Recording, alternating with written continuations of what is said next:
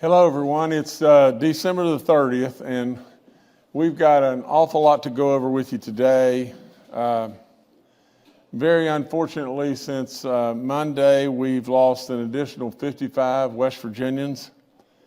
I'm going to very respectfully read through them and ask you to keep these people in your prayers, and because I'll promise you these people know it, their families know it, and please just keep them in your prayers because we don't want them to be forgotten, and we surely don't want their loved ones to feel alone. Our 1,264th death, a 90-year-old male from Marshall County. Our 1,265th death, a 74-year-old male from Hancock County. Our 1,266th death, a 71-year-old male from Pendleton County. Our 1,267th death, an 80-year-old male from Greenbrier County. Our 1,268th death, an 86-year-old female from McDowell County. Our 1,269th death, a 62-year-old male from Marshall County. Our 1,270th death, a 67-year-old female from Greenbrier County. Our 1,271st death, an 89-year-old male from Cabell County. Our 1,272nd death, an 84-year-old male from Tucker County. Our 1,273rd death, a 95-year-old male from Monongahela County. Our 1,274th death, a 91-year-old male from Putnam County. Our 1,275th death, an 80-year-old female from Cabell County. Our 1,276th death, an 81-year-old female from Preston County. Our 1,277th death, an 88-year-old female from Greenbrier County. Our 1,278th death, a 91-year-old male from Monongahela County. Our 1,279th death, an 80-year-old female from Hancock County. Our 1,280th death, a 93-year-old female from Wyoming County. Our 1,281st death, a 76-year-old female from Monongahela County. Our 1,282nd death, an 81-year-old female from Berkeley County. Our 1,283rd death, an 85-year-old female from Hancock County. Our 1,284th death, an 81-year-old female from Harrison County. Our 1,285th death, an 87-year-old male from Mason County. Our 1,286th death, a 78-year-old male from Hancock County. Our 1,287th death, a 71-year-old female from Hancock County. Our 1,288th death, a 90-year-old female from Preston County. Our 1,289th death, an 82-year-old female from Cabell County. Our 1,290th death, a 93-year-old male from Ohio County. Our 1,291st death, a 62-year-old female from Hancock County. Our 1,292nd death, a 74-year-old female from Fayette County. Our 1,293rd death, an 88-year-old male from Lewis County.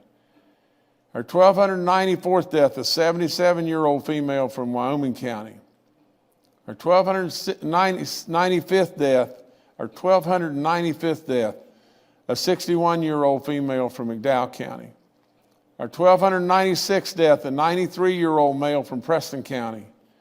Our 1,297th death, an 81-year-old female from Hancock County.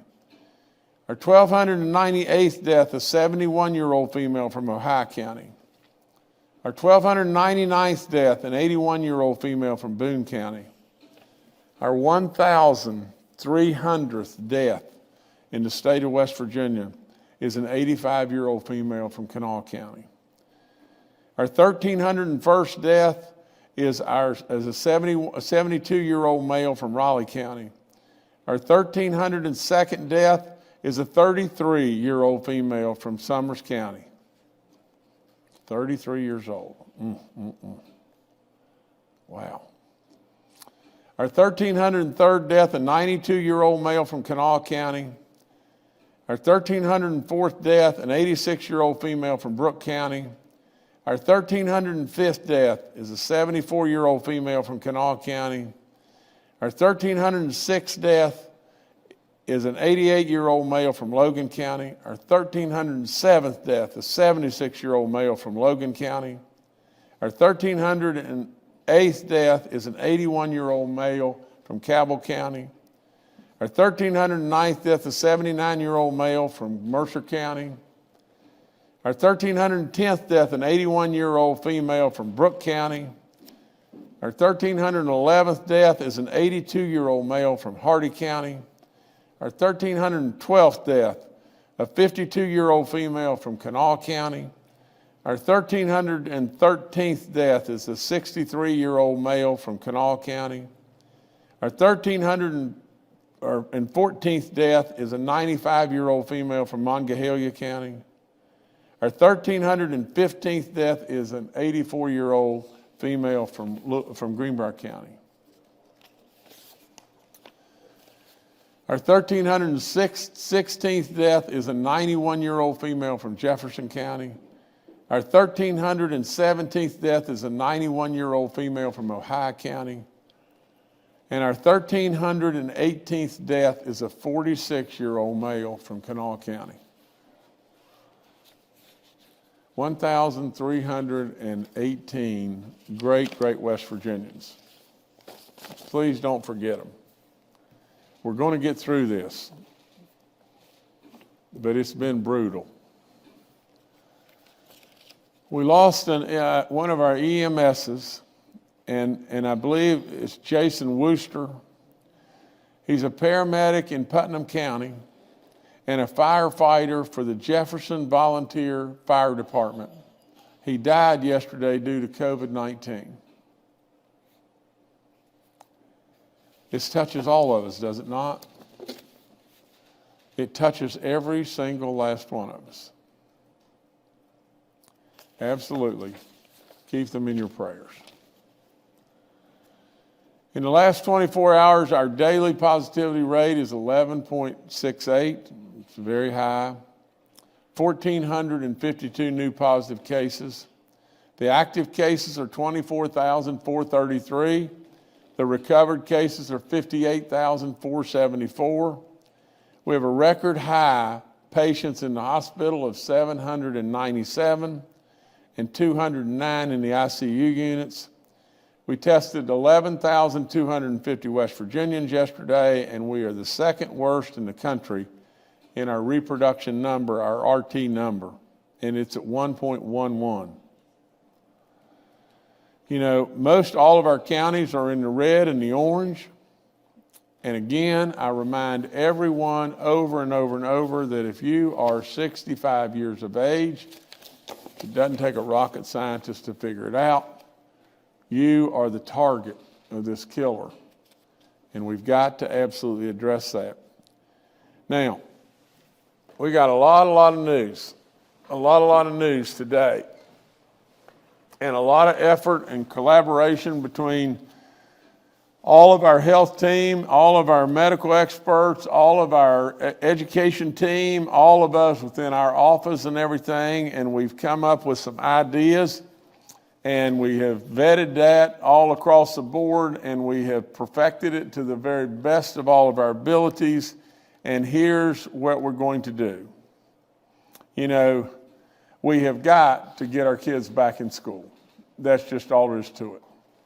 Across this nation, many states with far worse numbers than we have are finding ways, and within the recommendations of our CDC and our medical teams, here's what we absolutely know. During 2020, we learned that COVID-19 transmission rates in our schools during the first semester was 0.02% among students and 0.3%, which is really basically, let me quantify this, you know, it is, well, there's no point in trying to quantify it, but it is multiples higher, but it's still very low, but 0.3% among our staff. Now we know this, that as we go to school, we recommend very sternly that you cannot, the staff, we cannot do stuff like everybody bring a dish and we're going to eat lunch together. You know, we can't do things like that where we're together. We have got to keep the social distancing going and the mask and all that, because the staff is phenomenally higher than anything to do with the kids or anything like that. You know, we've learned that when we switched learning modes, the outcome, and switched to the virtual learning and all that, we've tried really, really hard, but we all know across the board that we're failing in that. We're absolutely failing. Now just imagine this. In the first semester, and this is coming directly out of the Department of Ed, in the first semester, 1/3 of our students, 1/3 of our students are receiving failing grades in at least one of their core classes. Failing grades in at least one of their core classes, 1/3 of them. The virtual learning models do not work for most students without consistent live engagement from a teacher, from a student's own school. The DHHR reports that there is a reduction in child protective services referrals by an average of 50 to 54% per month. Now, what that basically means is this. For the kids that bad things are happening to kids. Stuff that's happening, you know, that's just unheard of. It's just terrible. We're not even getting it reported now. We're not even getting the reports. And so, absolutely, we got a bunch of kids that are out there really, really suffering and bad things happening. You know, so therefore, if we review real quickly, the schools are safe. The transmission rate we know among our students that are age 15 and above is significantly higher than our kids that are below 15.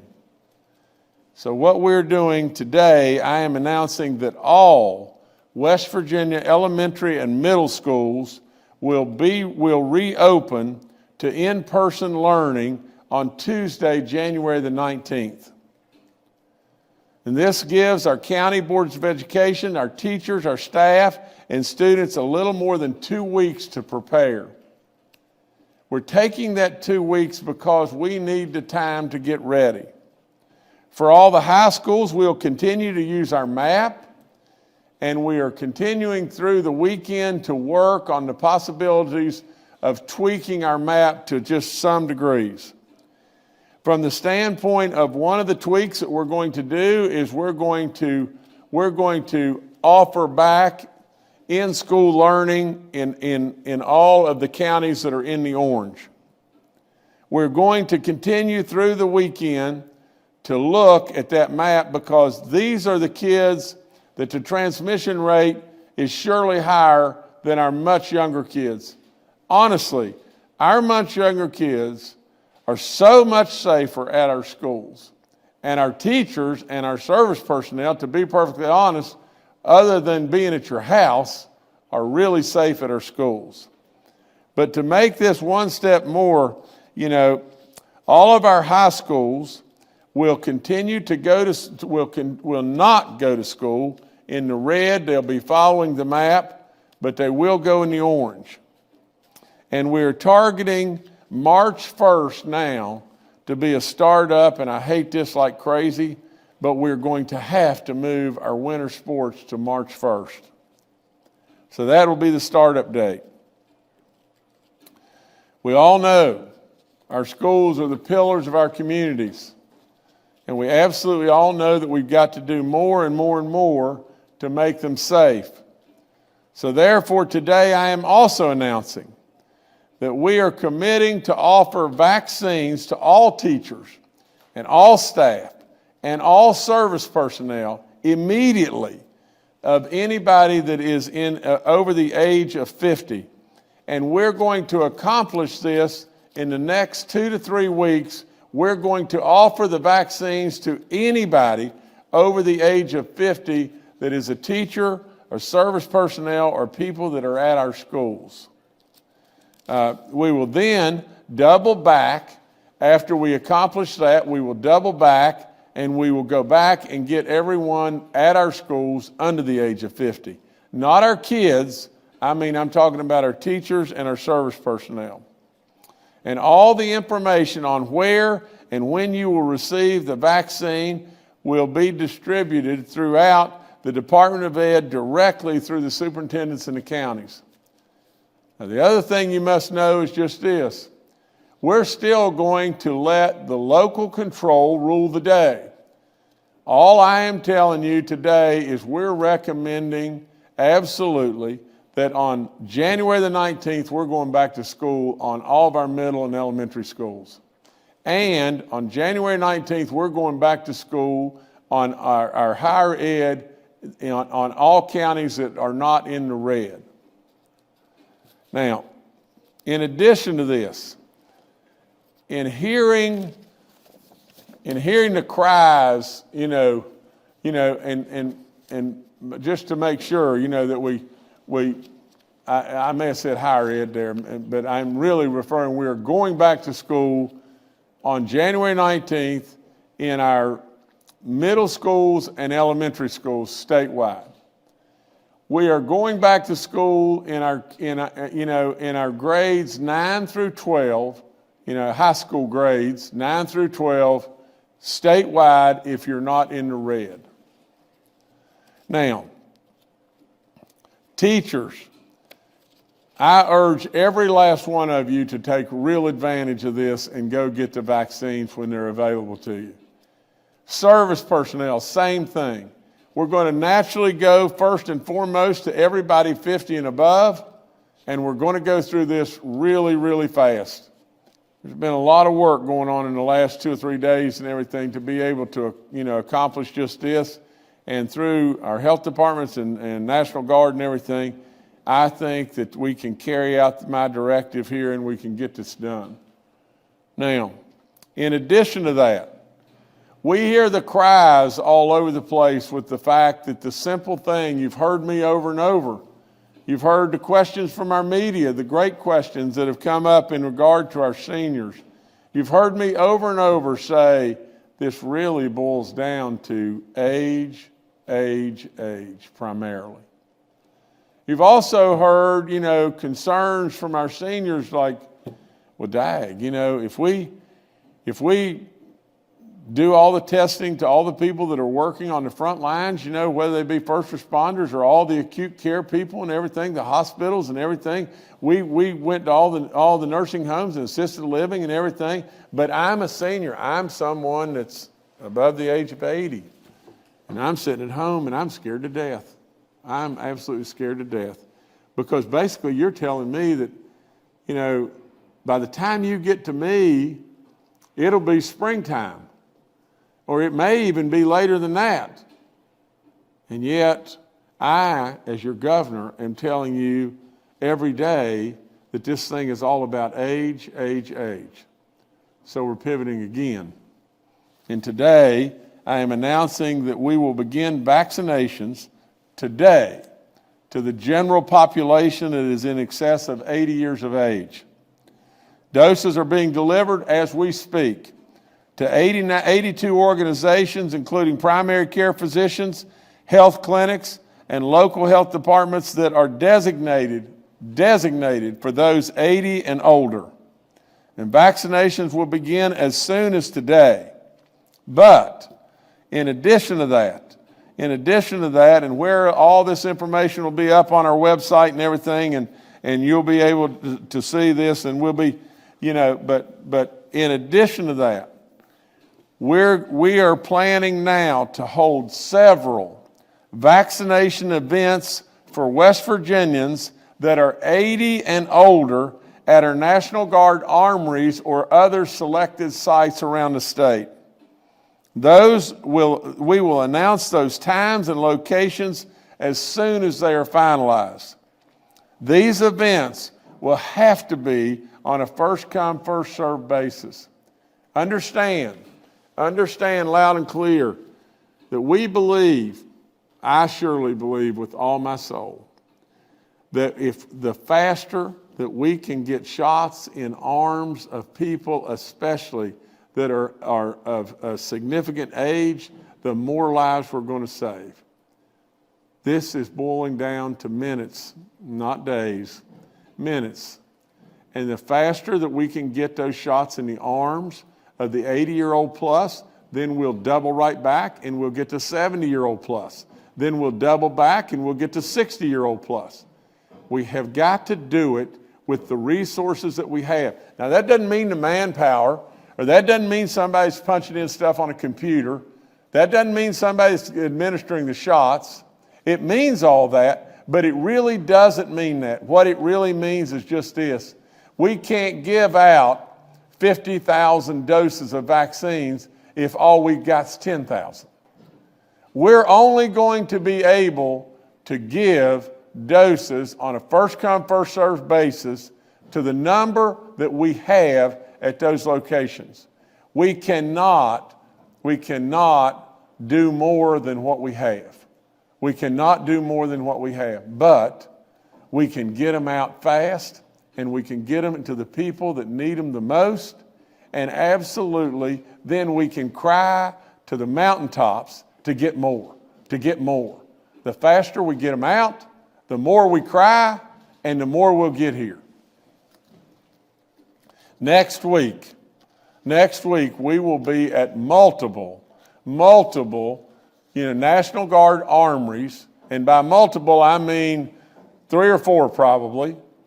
In addition to that, we have vaccine going today to 82 different organizations across our state for just the elderly, for people that are in excess of 80 years of age. And in addition to that, though, what we will be doing, we will have those vaccination locations to where you can have someone drive you there. We will get you through in an assembly line basis as fast as we possibly can. We'll get you through safely and everything, and we'll get you through and get your vaccination, and we'll get you logged in, and then you'll have to come back in either 21 days or 28 days and get your follow-up shot.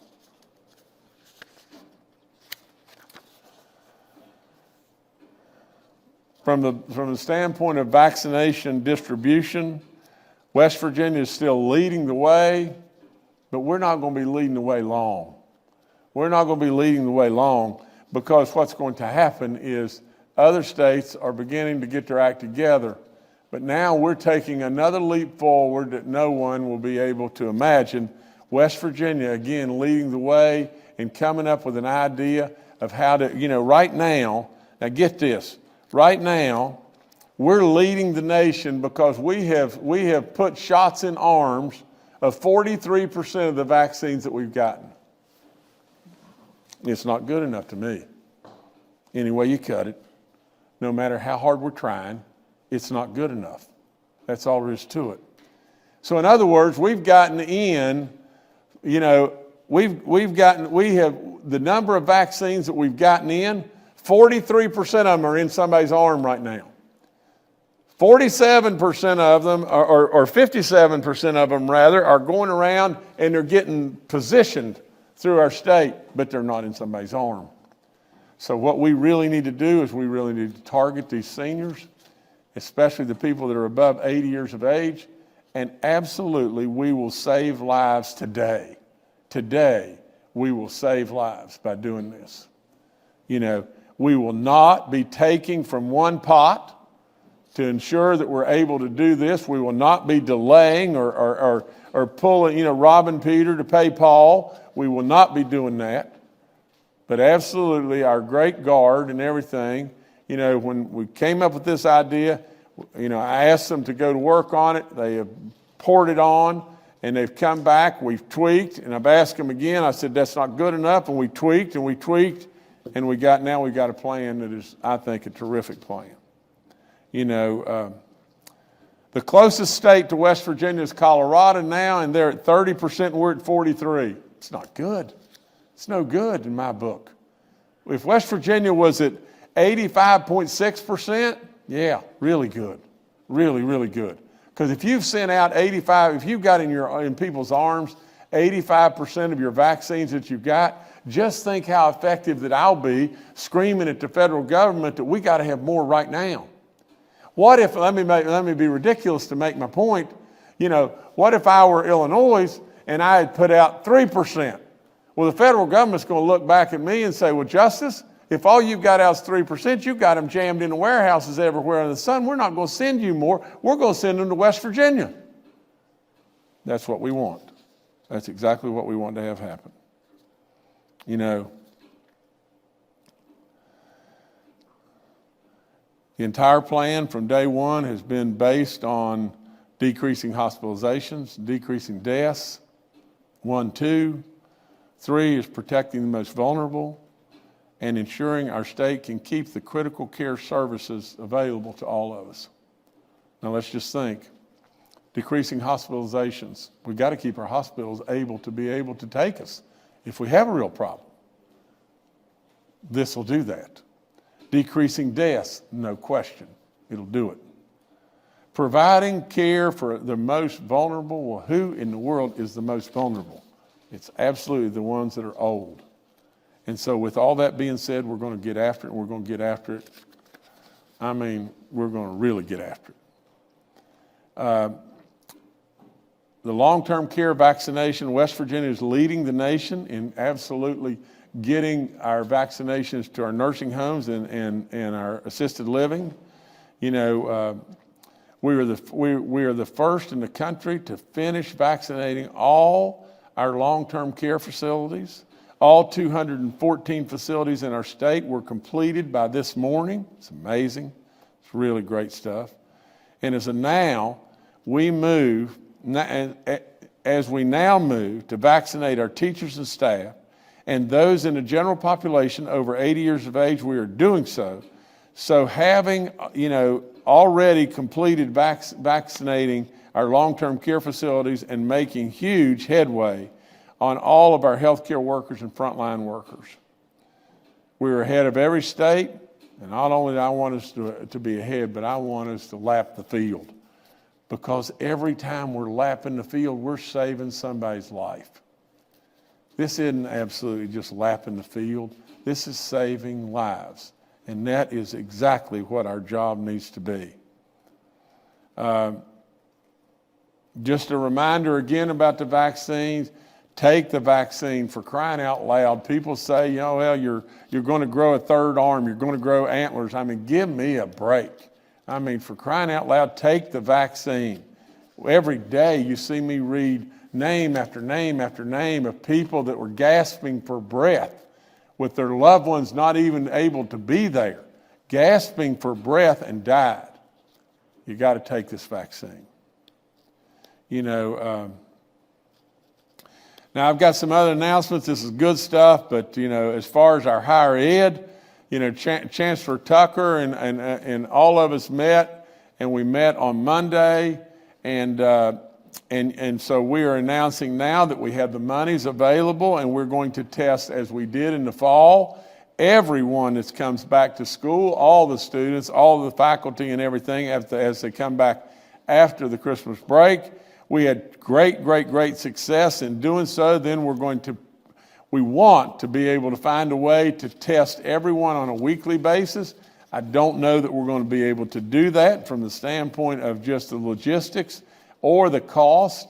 We are working this as hard as we possibly can. We have the money set aside to be able to test everybody coming back. As a result of the weekly testing in the fall, our colleges and universities saw a cumulative positivity number. Remember, we wanted it to be under 3%. Our colleges and universities had a cumulative number in the last go-round of 1.9%. It was really good, really good. So, I commend all the great work that's going on there. We will continue to do surveillance testing, and we will continue to try to source, tests that could very well come to us at a cost of, the Binex test, at a cost of $5. But really and truly, the test that we're having to go with right now is over 100 or right at 100. And but we're working it. We're working as hard as we possibly can. I told Chancellor Tucker and everybody else, We are to mind the store. We're to save every dollar we possibly can. We're not to just kick back and say, well, we'll just use the $100 test, and we're not going to do that. We're going to work this and work it and absolutely in every way to try to save every dollar we can possibly save. Saving a dollar creates a dollar, and that's all there is to it, and creates a dollar for higher ed or whatever it may be. Okay, the antibody stuff, I've been through this over and over, but if you're over 65 years of age, or 50 maybe, but if you're over 65 especially, and you've got a sniffle, or you've got a cough, or you've got a headache, or you're just feeling tired or whatever, please, for God's sakes, a living, go get tested.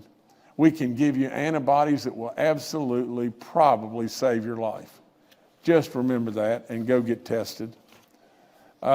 As far as our testing, and free testing map and drive-through pharmacy, you see it, it's everywhere. All you got to do is just follow that and everything and go with it. Our school outbreaks, we're down now to 35 confirmed cases in the public school system, 9 outbreaks. We've said it over and over.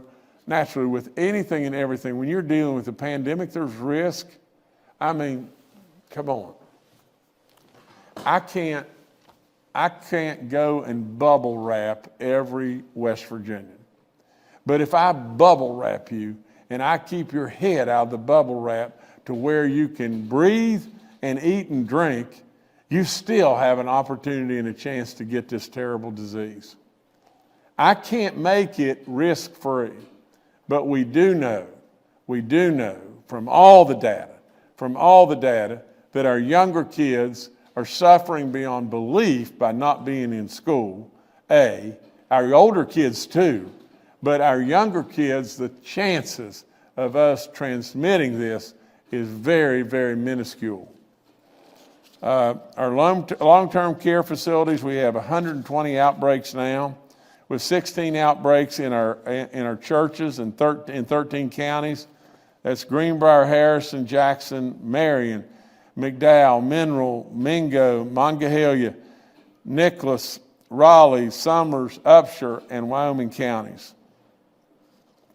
You've heard my spiel over and over.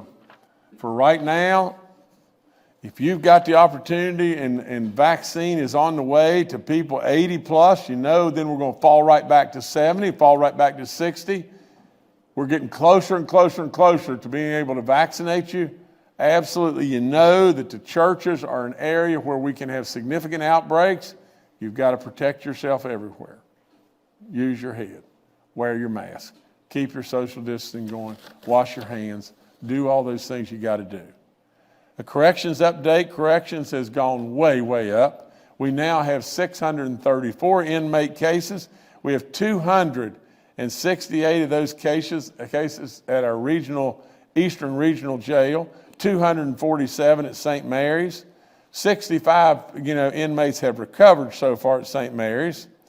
We have 57 at Tigard Valley and 55 at the Central Regional Jail, and there are 46 staff cases throughout that. Odds are overwhelmingly that what is happening here is either through some level of contact with people coming in from the outside, especially staff. People are bringing this asymptomatically right into our prisons and our corrections facilities, and then we have an issue. However, if you step back from this and just think just a second, we have had 5 people in corrections die. It's an incredible job. Keep up the great work. Keep up the great work, please. We have, and one other note that they just, flashed up to me is we have begun the vaccinating of our staff at corrections, and we'll continue to do that till we get them all. Unfortunately, and I say this across the board, and I don't get it. I just plain don't get it.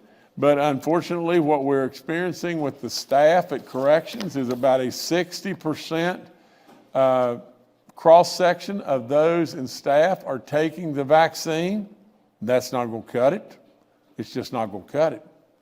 And so we really, really need to watch that, and I would highly encourage people to rethink that and take this vaccine. You know where we stand on all of our wearing of our face coverings and so on like that. It is mandatory that you do so at times that you're out in a public building. Absolutely, you should do that to protect everyone. If you agree or disagree, crying out loud, wear your mask. Wear your mask. I mean, what in the world does it hurt? What does it hurt? You know, why in the world do you need to be on a soapbox today? You don't. What does it hurt? And if you've got some breathing issue or whatever, that's not what I'm talking about. What I'm talking about is the people that are standing on the sidelines, and there are only a few. Thank God there's only a few. But people are standing on the sidelines saying, well, that's my right.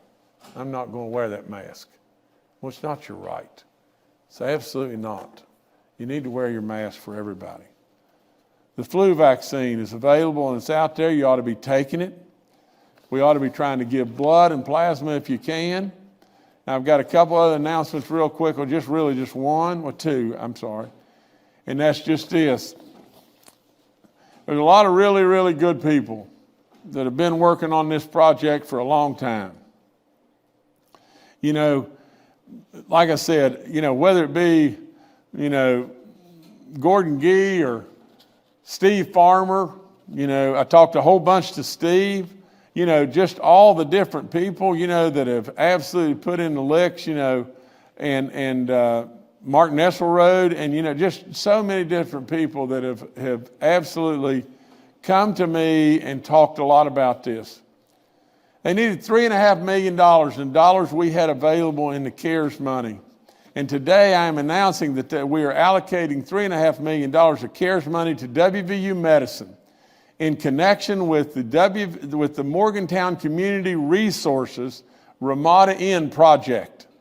These funds will be used to replace the roof, install a new HVAC system, install additional sprinkling, renovate the commercial kitchen, update the elevators, and renovate the remainder of the former Ramada Inn so it can house and accommodate many different social service agencies. This is what we need. We've got a lot of people that are out there really, really hurting. We've got the dollars to do this. We're going to do it.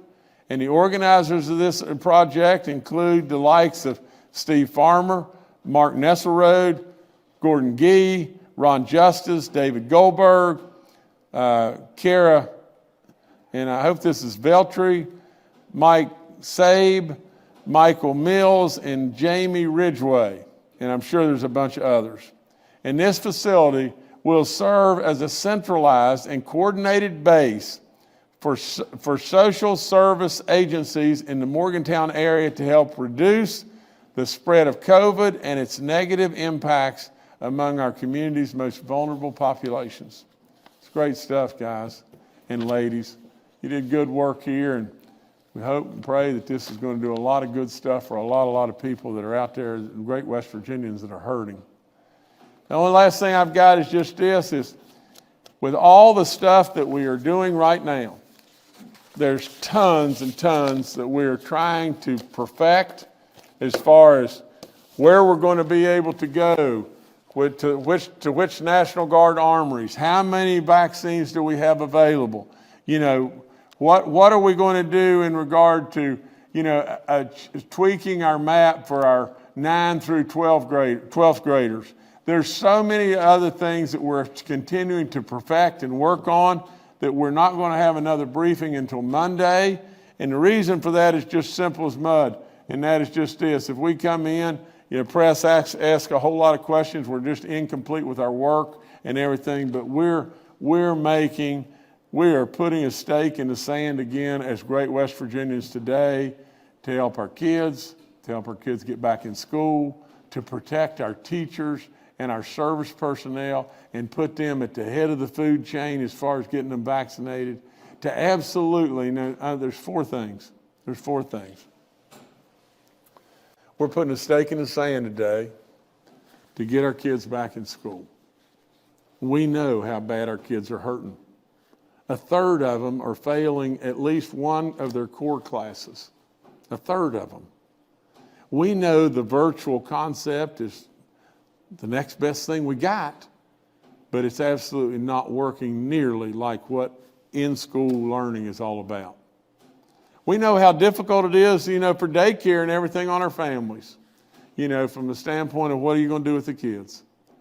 We know how much of an impact that has on our economy. And then it only gets worse. What are you going to do about all the special needs kids? What are you going to do about all the kids that are out there that are bad things happening to them, maybe in the homes or wherever it may be, bad things, and they're not even reported? What are you going to do about all those that are just falling through the cracks everywhere? It's really sad. So we're going to do number one, we're going to get ourselves back in school to our younger kids. And we're going to do the very best we can to get our 9th through 12th graders back in school. Number two, we're going to defer the winter sports until March the 1st, and hope and pray we're off and running March the 1st. And we got a long runway in front of us from the standpoint of got still a lot of time left in the school year to be able to play and have the sports and with all that and everything else is just think of the numbers that we will have vaccinated at that time. Absolutely, we're very hopeful that this thing is going to turn and we can absolutely go to where we can have sports indoors and everything, and we can do that in starting March the 1st. The next thing is just this. We don't want to get caught in a situation to where we've got vaccines that are sitting in a warehouse, do we? Of course not. We got to get those vaccines in people's arms, and we got to get them in arms really fast. And we absolutely need to protect, if we're going to be in school and everything, we need to absolutely move up the food chain, our teachers and our service personnel, and we're going to start with everybody above 50, and we're going to get them vaccinated, and we're going to get it done in the next 2 weeks and days. Absolutely, we're going to get that done now, right this minute. And then on top of all that, the last thing in this thing we're going to do is, which I would say is the fourth thing, and that is we're going to make a renewed super commitment to our super elderly. Today, we'll save lives today. Today,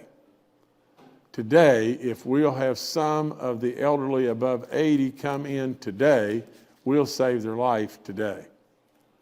And every day that goes forward, we'll save more and more and more lives.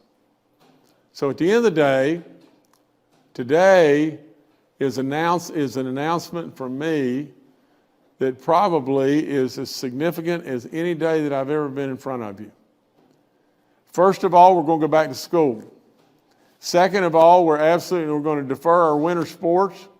Third of all, we're going to absolutely be able to vaccinate our teachers and our service personnel and all those that are attached to those schools. And fourthly, we're going to make a real life commitment to taking care of and getting shots in the arms of our elderly. And lastly, which is really a total of 5, lastly, we're not going to get in a situation where we've got a bunch of vaccines that are sitting in a pharmacy or sitting in a warehouse or sitting somewhere when today they need to be in somebody's arm.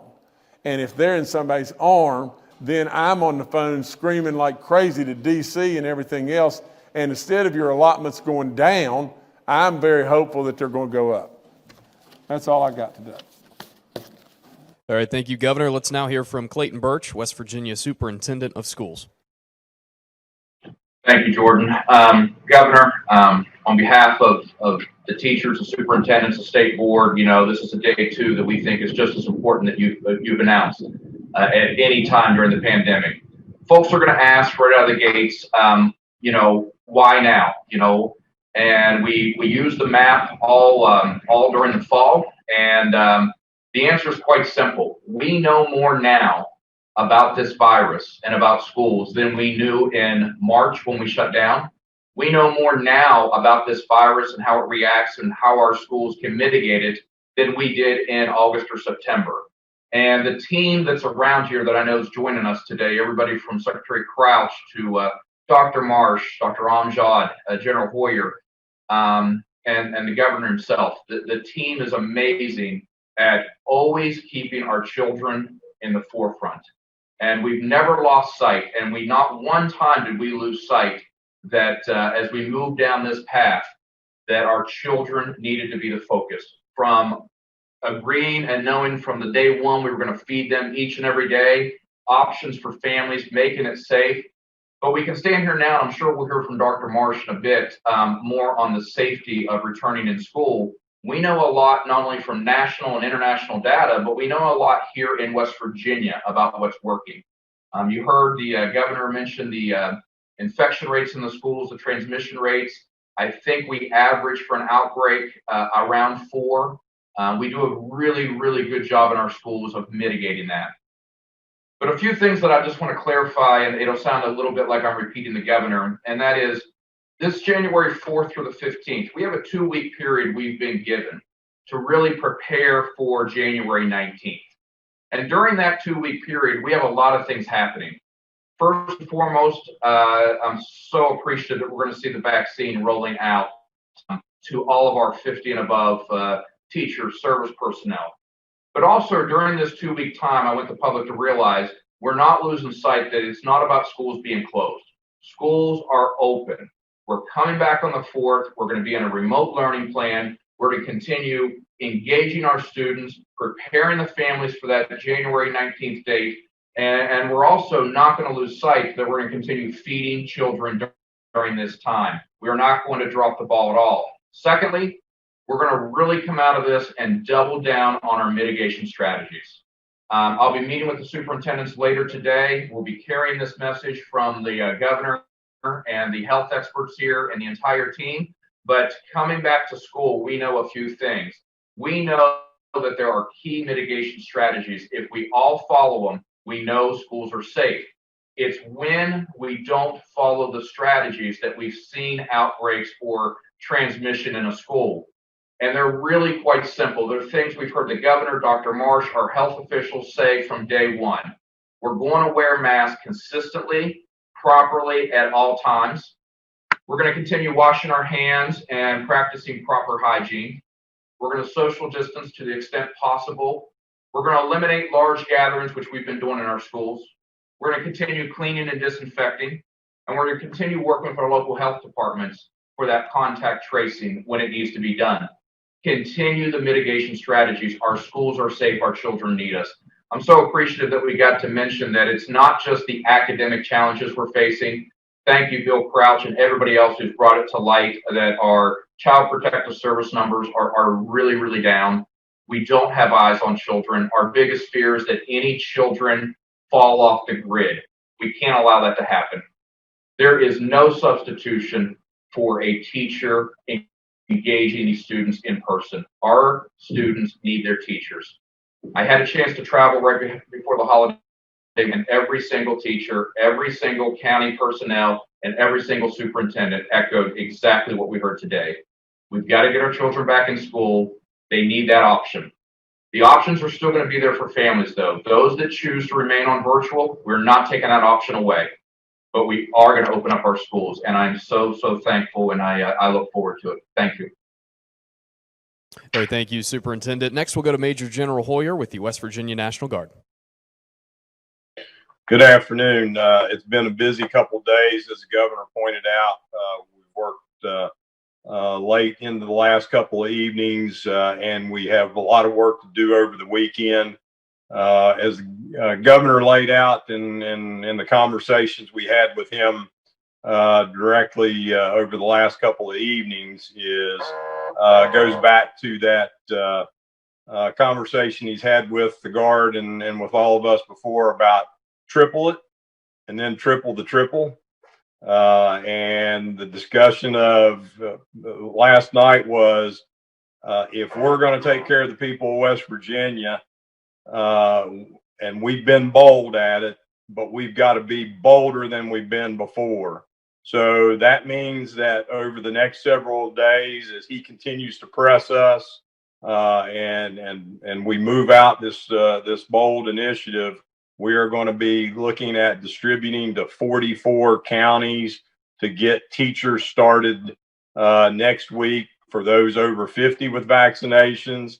That, as the governor pointed out, we will be identifying a couple of key locations to start larger scale vaccinations that we will be distributing to FQHCs and other assets to get into the arms of our 80+ population, which we know are our most vulnerable. So as somebody who's got a mother who is over 80 and an aunt still around who's over 80, Governor, I appreciate you pressing us again to be bold, and we will continue to press and move forward as hard as we can, and we'll follow that adage of John Wooden of being quick but don't hurry and make mistakes. And again, this is a bold effort, and it is going to take a lot of work by a lot of people, but we owe it to the people of West Virginia to press forward. Thank you. All right, thank you, General. Next to Dr. Clay Marsh, our coronavirus czar. Well, good afternoon. We have a lot to talk about today. The governor has made some very important decisions, and as the leader of our state, we thank him for that. I want to start off and talk about people that have received a vaccine already. We're coming up upon the week that the first vaccine delivery to people will be coming up for the Pfizer vaccine for the second shot. So we know that the vaccine is really only maximally effective if you get 2 shots. And we've said before, don't mix and match the shots. If you got a Pfizer vaccine to begin with, you got to get a Pfizer vaccine.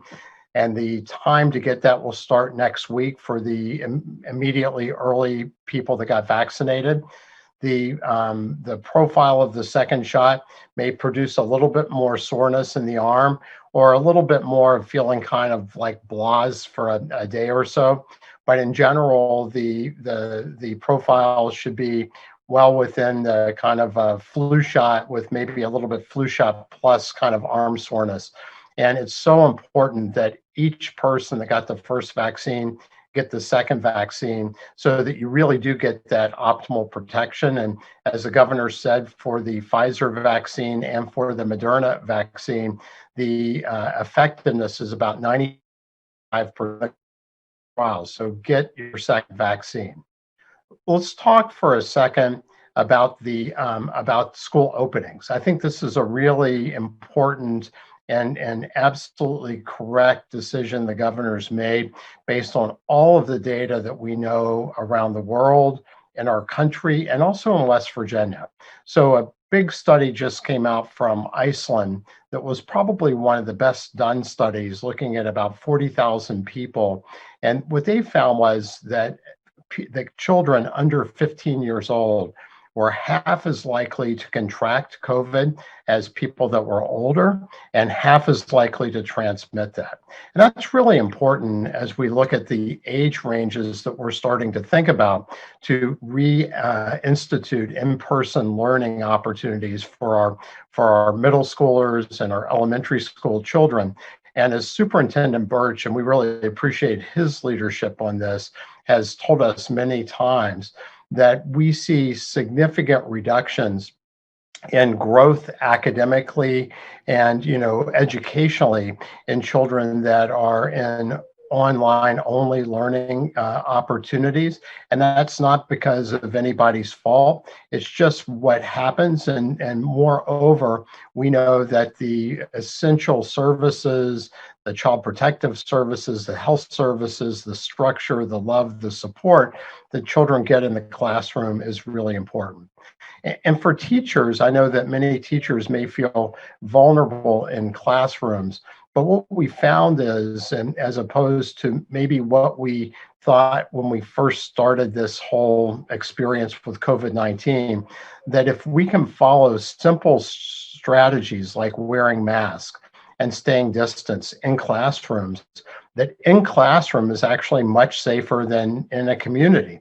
And the outbreaks that we've seen in the schools are almost all outbreaks from communities, people that have gotten infected in their community actions and activities and brought those infections into the school and transmitted those, say, from teacher to teacher in a meeting, in a potluck lunch, and or between staff in a school bus garage, or among students on sports teams where people are not effectively wearing their masks. It's really important also to recognize that a really big study just came out from India. And this is really important, not just for the schools, but really for all West Virginians, is that a commitment to mask wearing has happened in India. And India is our most populous per square mile country with China, had been suffering more and more COVID-19 transmission. And in fact, the projection was it was going to exceed the United States very quickly. But India, the populace really has embraced mask wearing, to where over 95% of the people of India wear masks. And India is a place you can't separate. So there's no physical distancing. This is just mask wearing. And they've reduced their number of cases down to 25% of what their projection was. So they reduced their cases by 3/4 by wearing masks. And as we look at West Virginia and we look at getting vaccines in the most vulnerable people, including our educators, because we know that, again, if we look at that group of people who've died in West Virginia and we look at 50 and above to protect them, then we cover 97% of the ages of those people that have died in West Virginia. As the governor has said, we are very proud that today we finished immunizing all of our nursing home residents, which account for about 50% of all of our deaths.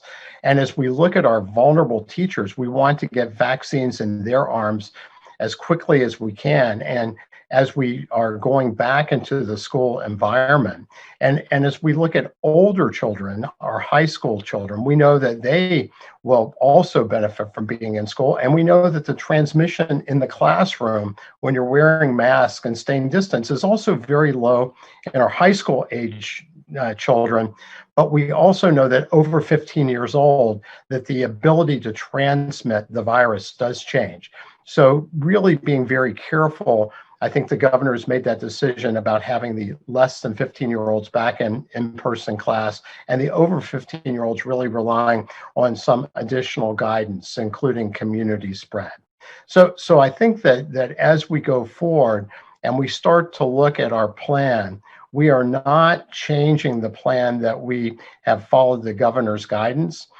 As we've said, this plan is not sequential, it's overlapping. And so as we target these vulnerable teachers and other critical workers and other healthcare workers in our phase 1C and 1D, we want to immediately also start to direct vaccines against, as the governor has said, our most vulnerable population, the people that are the oldest. And by the CDC's data, again, people over 75 years old are 220 times as likely to die of COVID-19 than 18 to 29-year-olds, are 8 times as likely to be in the hospital, and people over 85 are 630 times as likely to die from COVID-19 as an 18 to 19-year-old cohort group, and 13 times as likely to be in the hospital. So as we look at our hospitals, and we worry about the numbers of people in our hospitals today, as the governor pointed out,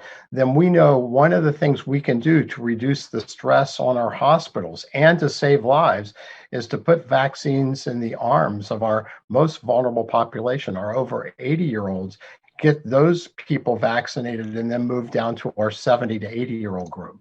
And so as we move forward, we know that a critical issue for us as we look to save lives is to maintain that vital hospital capacity and function. And today we are as full, more full in our hospitals than we've been at any other time during the COVID pandemic. And that is a cause for concern for us, not panic, but concern. And so we are very rapidly and consistently working with our hospital leadership to make sure that we are doing everything we can to support them and provide that capacity for every West Virginian who needs to be treated. but it's really important that you hear this. So each person who's listening to this, each citizen of West Virginia needs to contribute to providing that capacity and making sure that we, in this next month, thrive as a state by wearing your mask and staying distance. Wearing your mask does work. And if we do this consistently and follow all the guidance the governor has given us and that we've said over and over again, West Virginia will continue to be a beacon for this country. Thank you so much. Thank you, Dr. Marsh. Dr. Ryan Amjad and Secretary Crouch are also joining us today. Before we go to media questions, we'll go back to the governor for just a moment. Okay, I just want to clarify one thing. For all those that are over 80, listen up really close to me. The federally qualified health clinics will be reaching out to you when they receive their vaccines, when they've got the vaccines in hand. And if you want to reach out first, contact your health clinic. Watch for our sites. You've got to watch for where we're going to be, because next week we'll be at National Guard Armories. We'll be pumping that out over the weekend as to where we're going to be. And absolutely, you can go to your health clinic if they have the vaccines. And if they don't have the vaccine and everything, and you can make it to one of the National Guard Armories or have someone bring you or whatever like that we have these vaccines there. We will vaccinate all that we have available to us there. Now you got to understand this, and everybody understand loud and clear. I am saying this over and over and over, without any question. This is bold and aggressive, but we have people that are dying, and we know we're going to save lives. Period. We know we're going to save significant lives. Now, with that being said, we also have got to know this. We can't give you vaccines we don't have. So when it really boils right down to it, I don't want the vaccines sitting on the shelf. I want the vaccines in people's arms, but we can only give you what we've got. And so there's a limited supply, and when we run out, and we'll get more. And then we'll come back, and we'll get more, and we'll keep coming back. So there may be some level of inconvenience and disruption and everything. That's just part of what it is. We cannot give you vaccines we don't have.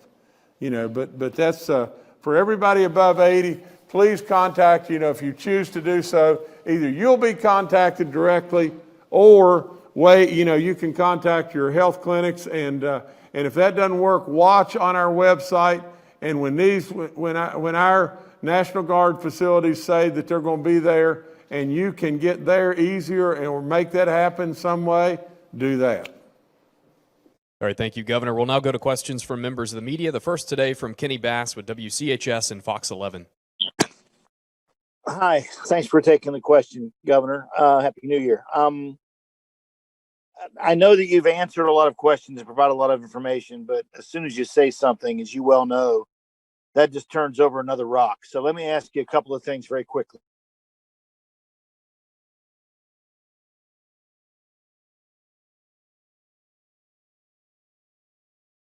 Kenny, we seem to have lost your connection. Are you still there?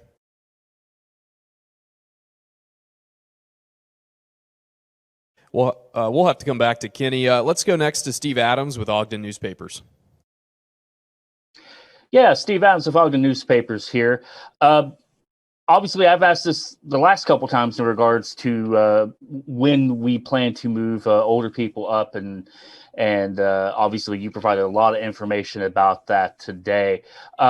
What precipitated this? I mean, the obvious, we can point to the obvious being that obviously they're most risk, particularly to people in the 80 to 89 age range, because they're disproportionately affected. They make up a small percentage of the state population, but make up an overwhelming percentage of the COVID-19 deaths. So that's an obvious reason, but I kind of wanted to get into your thinking over the last couple of days of why you all decided to go ahead and move them up after all. Thank you.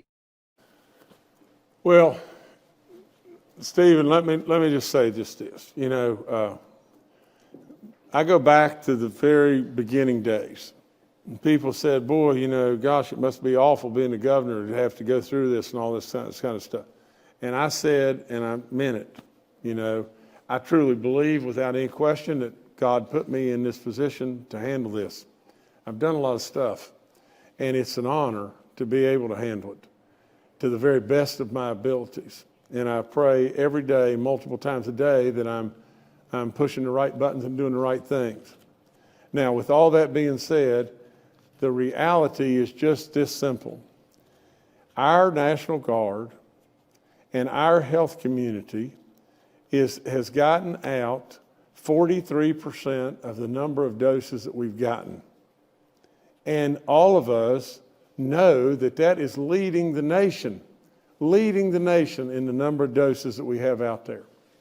And all of us know that the number one people that really and truly need this and could save the most lives tomorrow is if we just laid everything down and said, we're just going age, and we're going to lay everything down, and that's what we're going to do.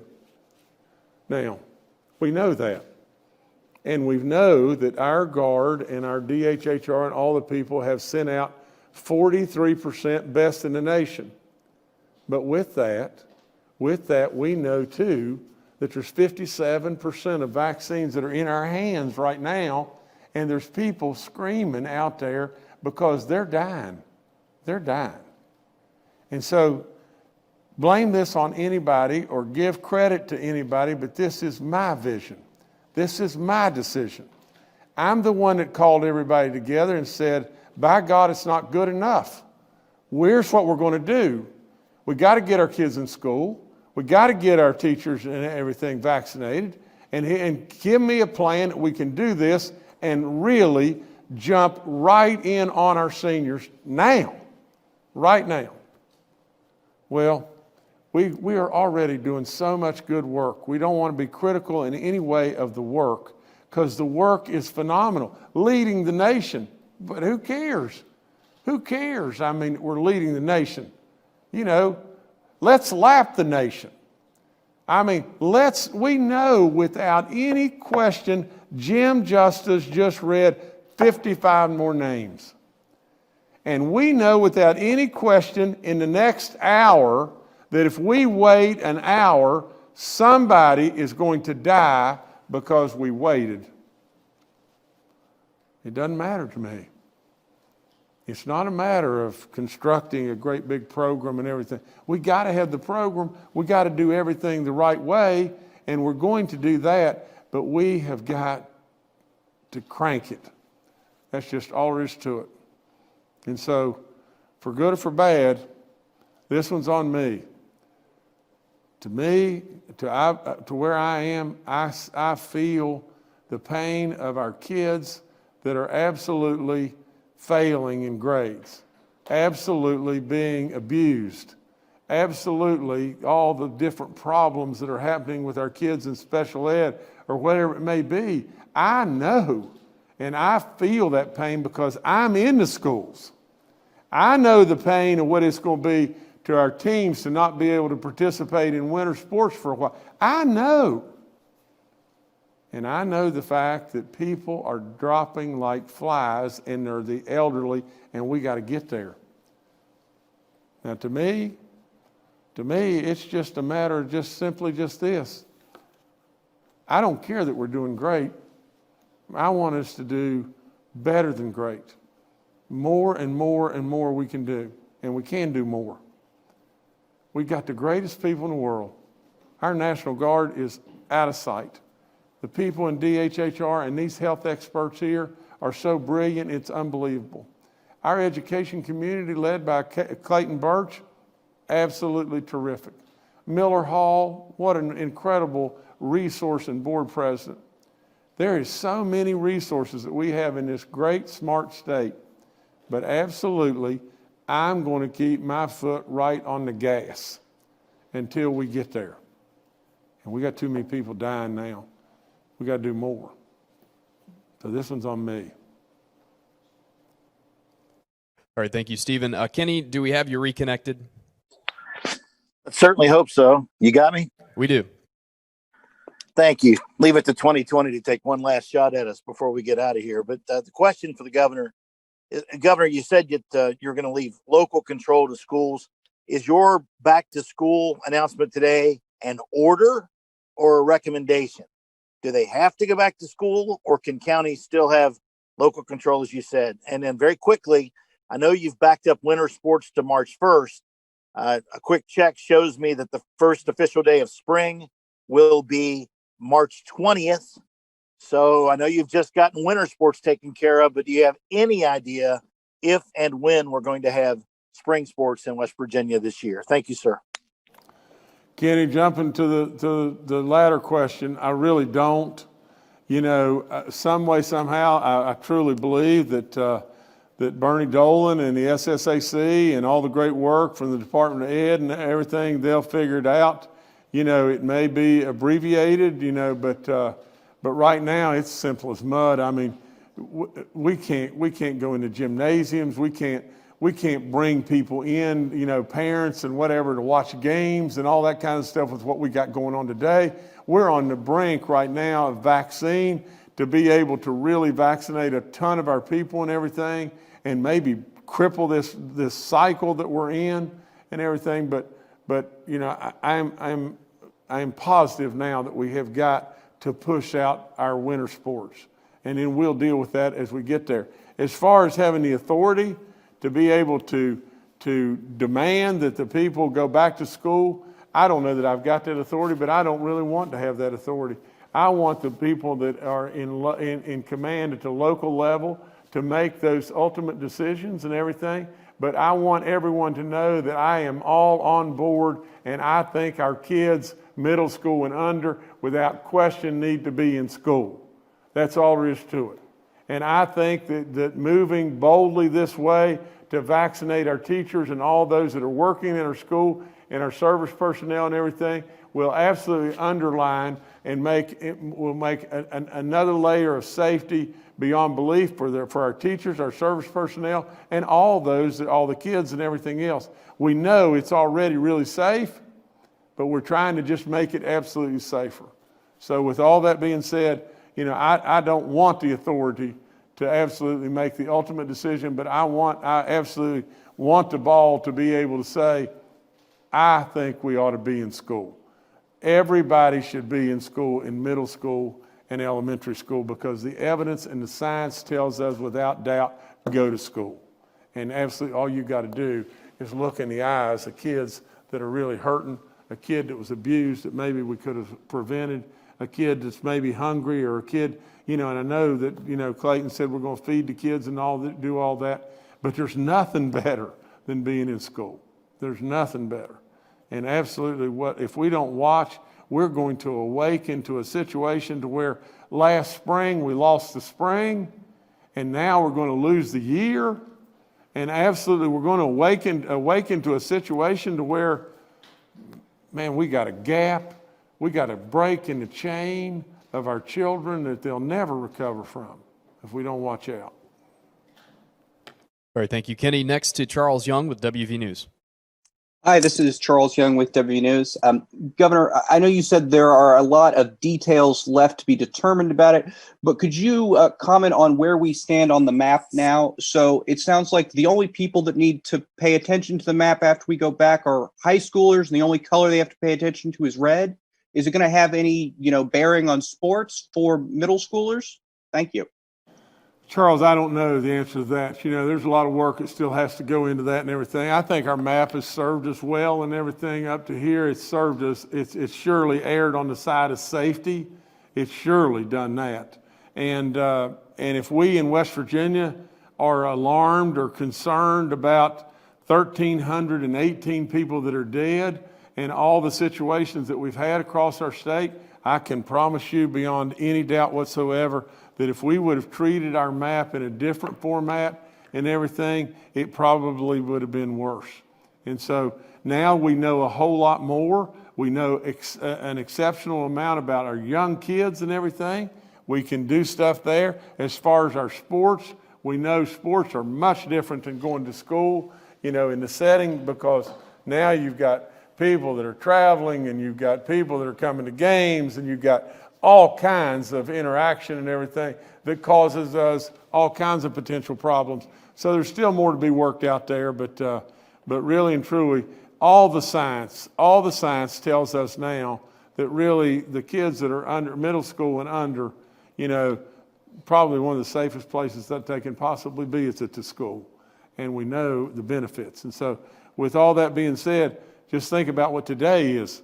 Today is probably one of the last official days of the Christmas vacation, is it not? And we have got to give people, you know, plans and definition of where we're going to go. And so with all this, I think we've embarked on a bold plan. There's no question about that. Nobody needs to be blamed for the boldness of the plan. If the plan, you know, if the plan fails us, but right now we're failing in lots of ways. We're failing by our kids not being in school and all the bad things that are happening there. Now, I caution everyone, and I want everyone to hear me loud and clear. There's no way to remove all the risk. There's no way to remove all the bad waves in the sea. Right now, we are in a pandemic, and we are absolutely having to deal with it the very best we can deal with it. I have no power to calm the seas, but I can absolutely tell you that this is the best thing that we can possibly do to minimize the effect and be as risk-free as we can be. All right, thank you, Charles. Next to David Beard with the Dominion Post. Hi. I think Dr. Marsh and the governor just now touched on this, but I wanted to kind of get a fuller clarification on why the Red County high schools won't be included in the January 19th reopening program. Thanks. Dr. Marsh, maybe you can answer that. I don't know that I quite heard it, but did you get it, Doc? I did. Okay, maybe Clayton, and you can Okay. answer that. Yeah, thank you, David. Well, what I mentioned before, and the governor mentioned as well, that there is really compelling data that's come out of our schools that basically says if we follow all the mitigation measures, that transmission in classroom is very rare through all of the classes. But what we know from a big study in Iceland is that children 15 and under are much less likely to catch and to spread. 50% is likely to catch, 50% is likely to spread as children who are over 15 years old. And there may be several reasons for that I, at some other time could talk about.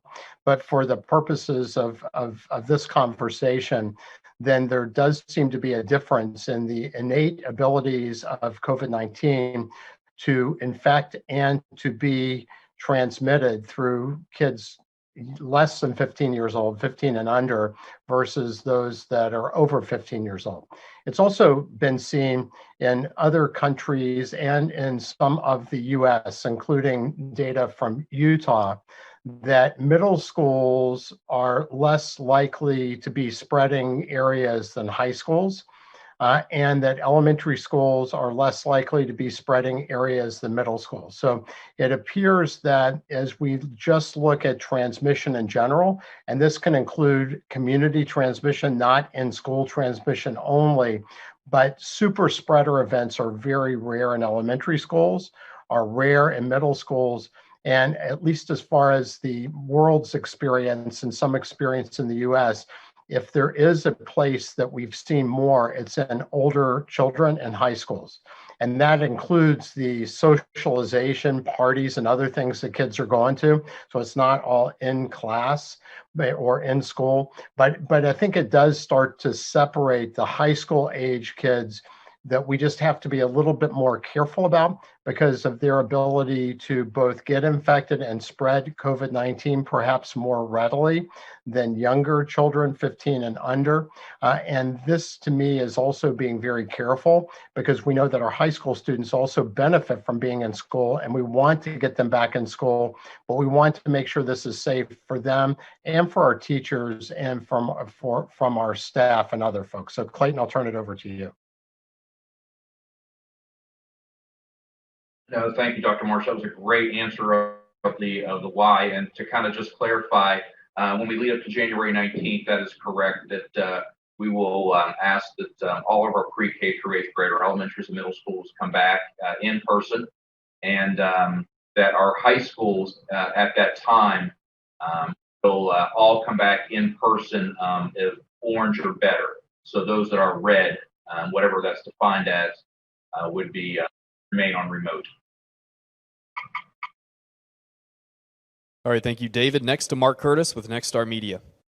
Good afternoon, Governor and cabinet members. First of all, Governor, maybe you'll do this in your closing remarks. I know a key member of your staff is retiring this week, and we hope to hear some words about him. But here's my question, and this is, honest to God, a serious question. I ask it in all sincerity and respectfully, because I think it's an important issue to address. And it's about the importance of finding every now and then a little levity, a little chuckle in all of this darkness and tragedy we're in the midst of. And I ask it because there's a picture widely circulating now on the internet of you holding up a batch of cookies from the Rock City Cookie or Cake Company here in Charleston. And everybody's getting a chuckle out of this because the cookies have all your quirky sayings and folksy sayings like clear as mud and go to Bob Evans and wear the egg-sucking mask in every way, shape, form, or fashion. I guess my question is, do you think it's important that we find moments to laugh and chuckle in darkness? And also, does it help promote small business? And my understanding is these cookies are selling like hotcakes, pardon the pun, all over the state. They have them down at Tamarack and places all over, and it's really catching on. And talk about the importance of promoting small business and having a little fun in tragic times sometimes. Well, Mark, I appreciate you saying, have some fun, because I truly believe that the good Lord gives us the ability to smile and to laugh. And when they brought those cookies over to me and everything, and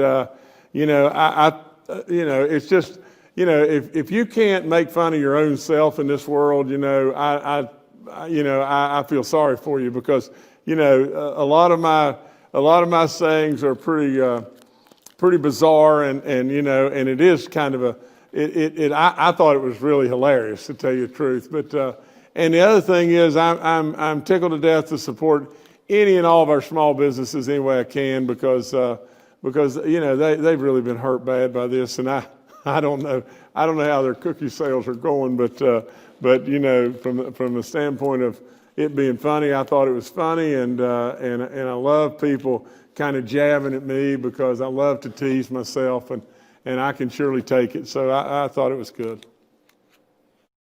All right, thank you, Mark. Next to Katie Coyne with the Charleston Gazette-Mail. Thanks, Governor. I want to push a little bit. I know I asked about this on Monday, but talking about our jail populations, with what you said today with corrections staff, only about 60% expressing interest or opting in for vaccines, and with the unknowns that we have about transmission even after being vaccinated and the cases that we're seeing today, I want to ask again, when will we be looking at bringing vaccines to those who are housed in our jails and prisons, and why aren't we seeing that as a priority right now when other states are, and as the spread continues to grow there? Well, I don't know really and truly that I have the information enough, and I don't dodge any question, but I don't know that I've got all the detail enough to tell you anything other than just this. What other states are doing, they're late to the party, are they not? I mean, really and truly, what our corrections people have done, oh my God, living, compared to the other states, well, they've almost pitched a perfect game. I mean, so I could give a hoot about the other states in a lot of different ways. But when it really, really boils right down to it, I want to care and do the most at all times for all of our people.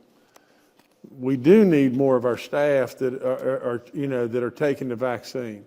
There's no question about that. I need more information, from corrections and everything, because any place and every place can get really bad and get really bad quickly. And at the end of the day, we don't want anybody disadvantaged in any way.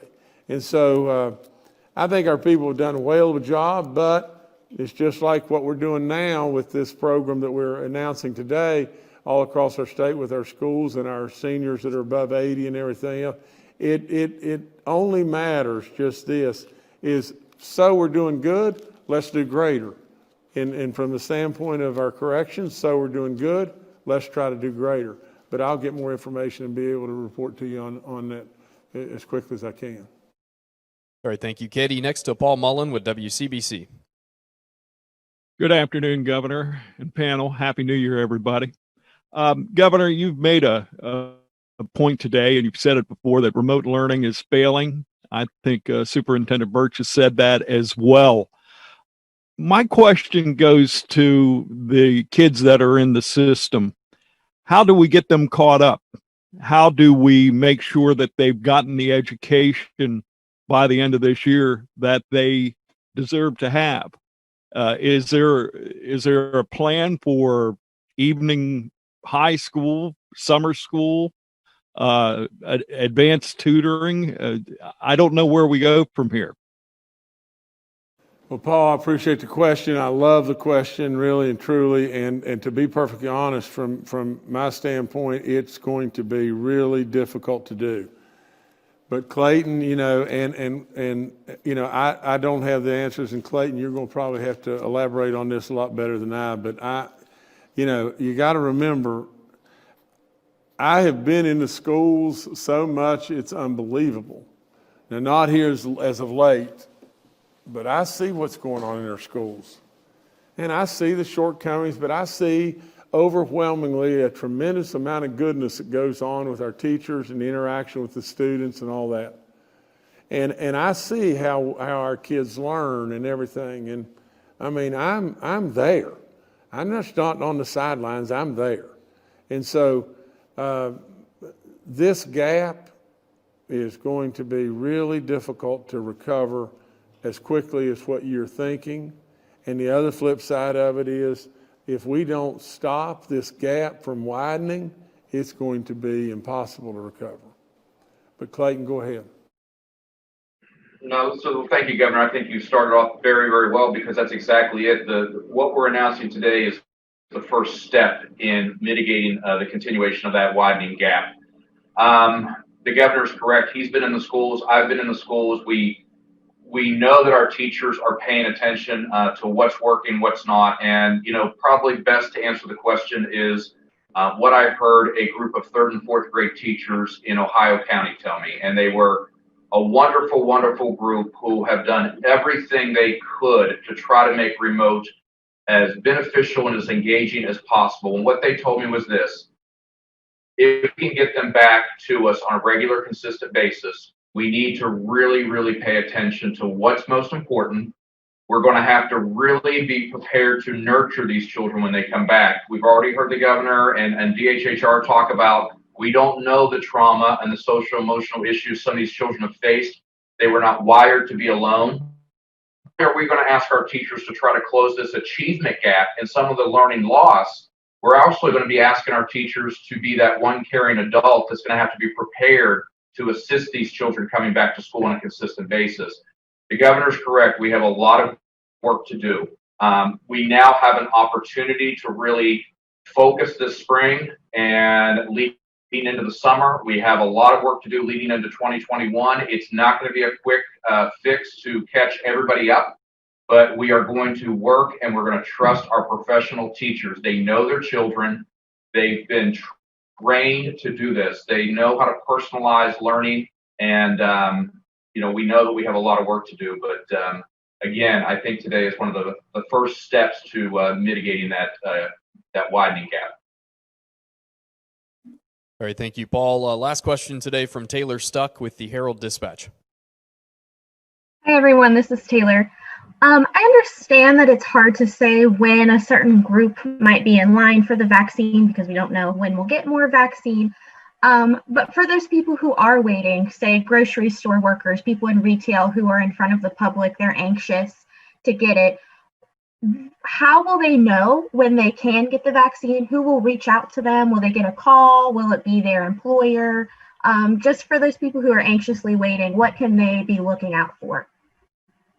General, I think you've got to answer Taylor's question, please.